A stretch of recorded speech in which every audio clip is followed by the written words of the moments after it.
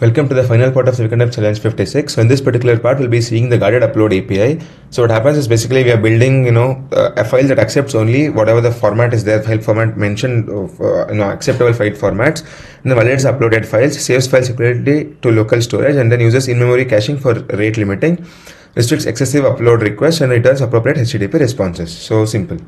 So yeah, let's begin with program.cs. So here basically we have the create builder using arguments, again add controllers, add memory cache, because we mentioned uses in-memory caching for rate limiting, and then it checks for the upload path, where should it be uploaded. If the path exists, then fine. If it doesn't exist, then it has to create a directory. Then again we have the rate limiting middleware. We're using middleware for rate limiting. Then we have the map controller and then port for running. Then we have the rate limiting middleware. So this is the rate limiting middleware.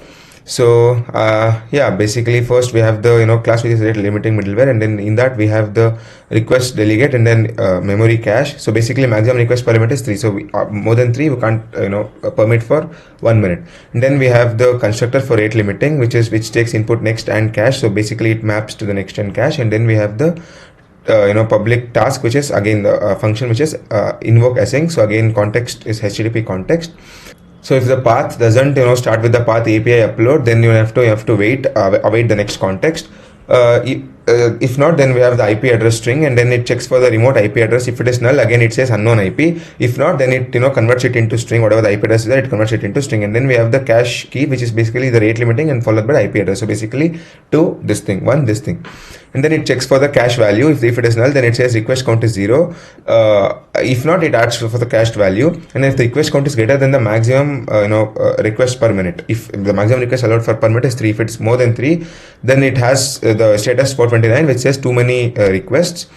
And then again return after 60 seconds, return after 1 minute, and then it says the error message saying rate limit exceeded, maximum 3 uploads is allowed per minute. And then request increased every time the request is incremented.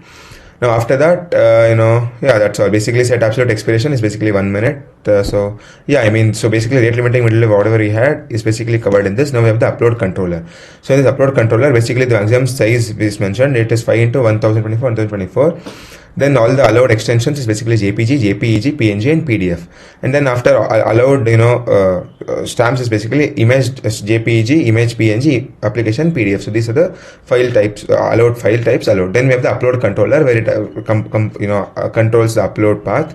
And then we have the function, which is basically upload file. It takes the file directly from the form.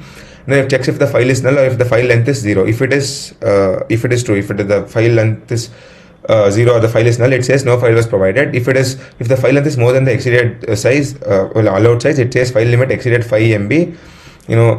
Stick to the size limit, and then it gets the extension. And then if it checks if the string is empty, the extension is empty, or if it doesn't fit in this extensions, then it says invalid file extension, only JPG, PNG, and PDF are allowed. Then again similarly, again for MIME type content, again it checks for the same thing, and then it checks no MIME, only these much are allowed.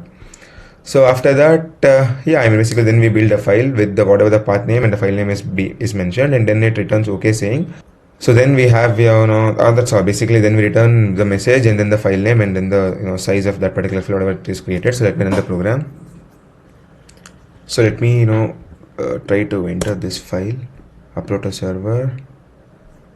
So it is uploaded, file upload successful because it was in PNG format. So now let me try for anything apart from PNG. So it doesn't allow you to put anything apart from this thing. And then let me submit the program. This was quite simple. So test cases have passed, and that's it for this video, and that's it for this weekend as well. So if you want to practice more such problems or get yourself ready for interviews, then you can go pro on CodeChef, and you can practice all these problems on the CodeChef platform. So give this a try, and see you next weekend. Thank you.